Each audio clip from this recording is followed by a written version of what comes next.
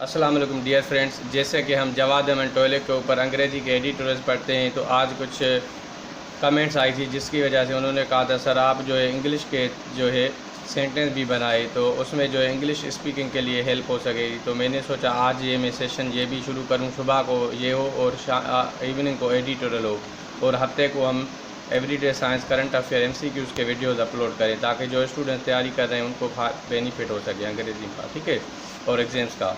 तो आज का जो पहला सेंटेंस है, I will fix you good.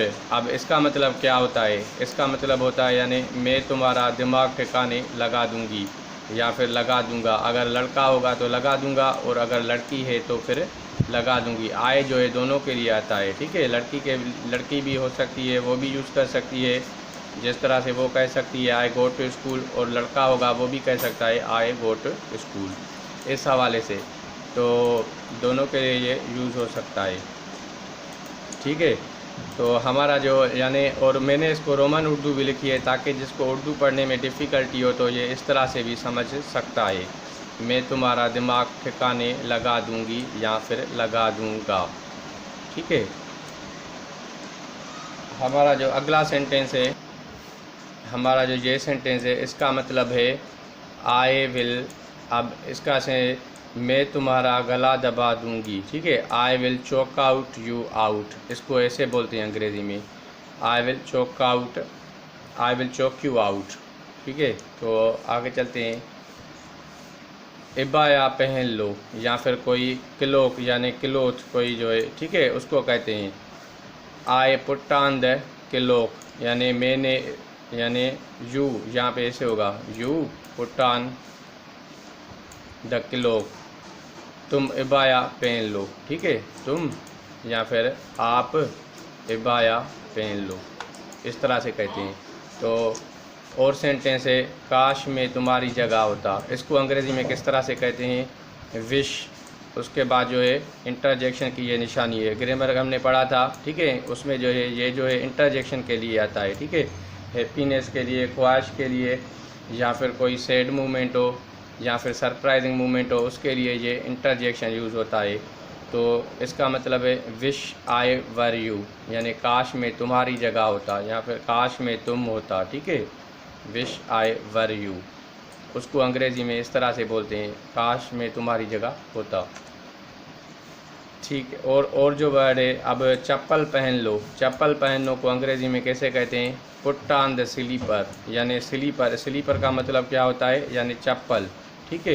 Put on the sleeper यानी चप्पल पहन लो, उसको ऐसे कहेंगे।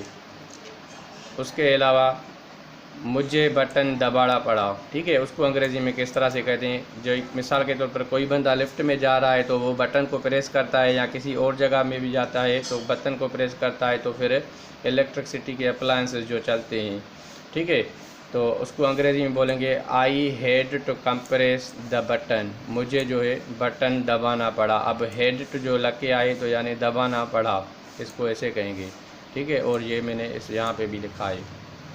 अगला सेंटेंस है हमारा, ये आप बोलते जाएंगे तो और प्रैक्टिस करते जाएं तो अंग्रेज़ी आपकी काफ़ी अच्छी बेहतर बनती जाएगी। अब मुझे कुछ पूछना है, ठीक है, मुझे कुछ पूछना है, पूछना था, या इसको अंग्रेज़ी में कहते हैं I had to ask something, यानी मुझे कुछ पूछना है, I had to ask something. अगर कोई उसको कुछ पूछना है, कोई लड़की के बारे में कह रहा है तो उसको कुछ पूछना था तो फिर शी कह सकते हैं आप। अगर कोई लड़का है तो आप ही भी कह सकते हैं, ठीक है, या फिर उनको तो फिर आप दे भी कह सकते हैं। इस तरह से आप इनको इस्तेमाल कर सकते हैं, ठीक है। शी हैड टू आस्क, उसको कुछ पूछना था, लड़की थी, और ही हैड टू आस्क, उसको कुछ पूछना है, कोई लड़का होगा, और उनको कुछ पूछना है, काफ़ी लोग हैं तो फिर दे हैड टू आस्क। समझ गए? तो उम्मीद करता हूँ सेशन आपको अच्छा लग रहा होगा, और ये इस तरह से आप सेंटेंस बनाते जाएंगे तो अंग्रेज़ी आपकी काफ़ी बेहतर बनती जाएगी।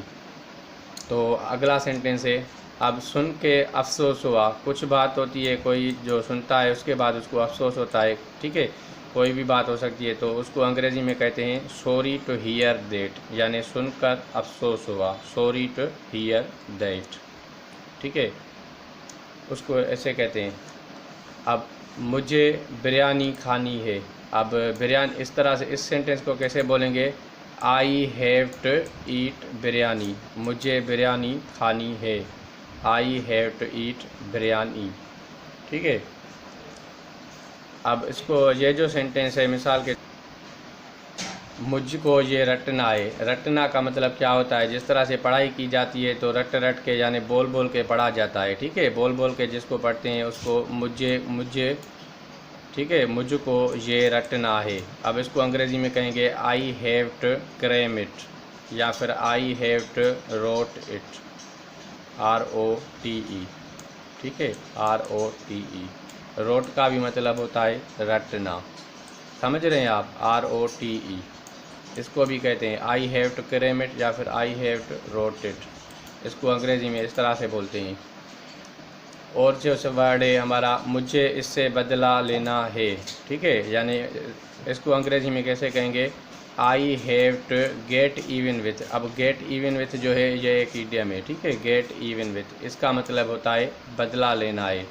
आई have to get even with him, इसको रिवेंज भी कह सकते हैं, ठीक है। रिवेंज इसका सिनोनिम है, REVENGE, ठीक है, रिवेंज। और दूसरा वर्ड होता है अवेंज। अवेंज जो होता है वो वर्ब होती है, और रिवेंज जो होता है ये नाउन भी होता है, ठीक है। और ये ईडियम है, I have to get even with him, मुझे उससे बदला लेना है। उसको अंग्रेज़ी में इस तरह से बोलेंगे। अब देखिए, मोबाइल चार्जिंग पे लगा दो। रोज़मर्रा के सेंटेंस जिस तरह से हम यूज़ करते हैं, मोबाइल चार्जिंग पे लगा दो, इसको कहेंगे put the mobile phone on charging, यानी मोबाइल फ़ोन को चार्जिंग पे लगा दो। Put the mobile phone on charging. अगला सेंटेंस है वो वाली कमीज़ पहन लो, वो वाली कमीज़ पहन लो, इस तरह से कहते हैं पुट दैट शर्ट ऑन, यानी ऑन लगाएंगे, पुट दैट शर्ट ऑन। और अगर कहें वो वाली कमीज़ हटा लो, ठीक है, या फिर उतार दो, तो फिर उसके लिए ऑन की जगह पे क्या होगा? ऑफ होगा, ठीक है, OFF।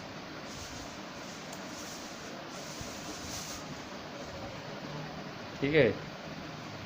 तो हमारा जो अगला सेंटेंस है, क्योंकि ऑन जो होता है अपोजिट होता है, ऑन जो होता है ऑफ का अपोजिट होता है, ठीक है, यानी वो वाली कमीज़ पहन लो, पुट दैट शर्ट ऑन।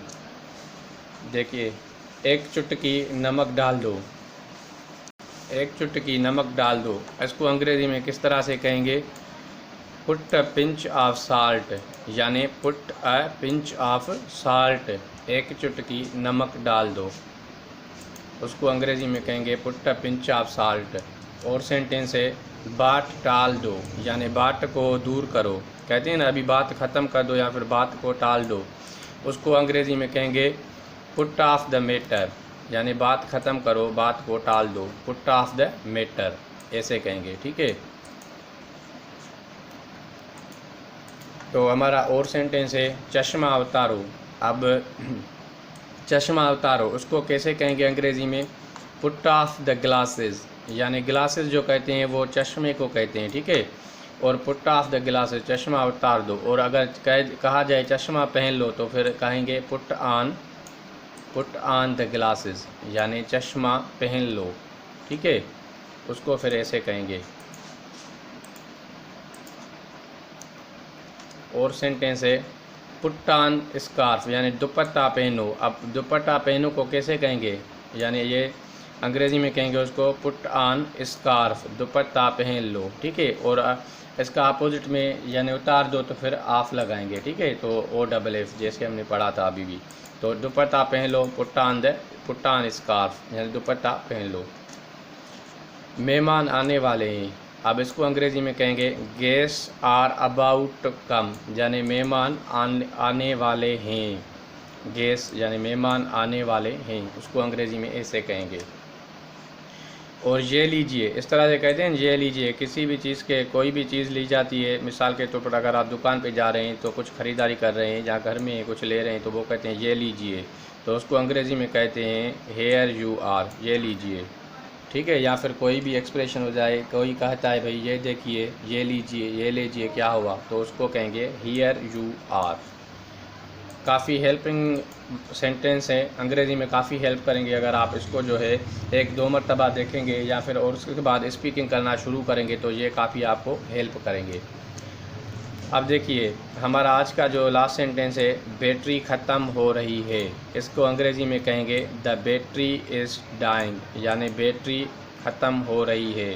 जिस तरह से बैटरी चार्ज होती है फिर उसको यूज़ किया जाता है, इलेक्ट्रिक यानी फैंस चलाए जाते हैं, सोलर की बैटरी होती है या फिर मोबाइल की बैटरी होती है, किसी और चीज़ के लिए बैटरी भी होती है, तो वो अब जब ख़त्म हो रही है यानी उसकी चार्जिंग एंड पे हो रही है तो उसको अंग्रेज़ी में कैसे कहेंगे, द बैटरी इज़ डाइंग, यानी बैटरी ख़त्म हो रही है।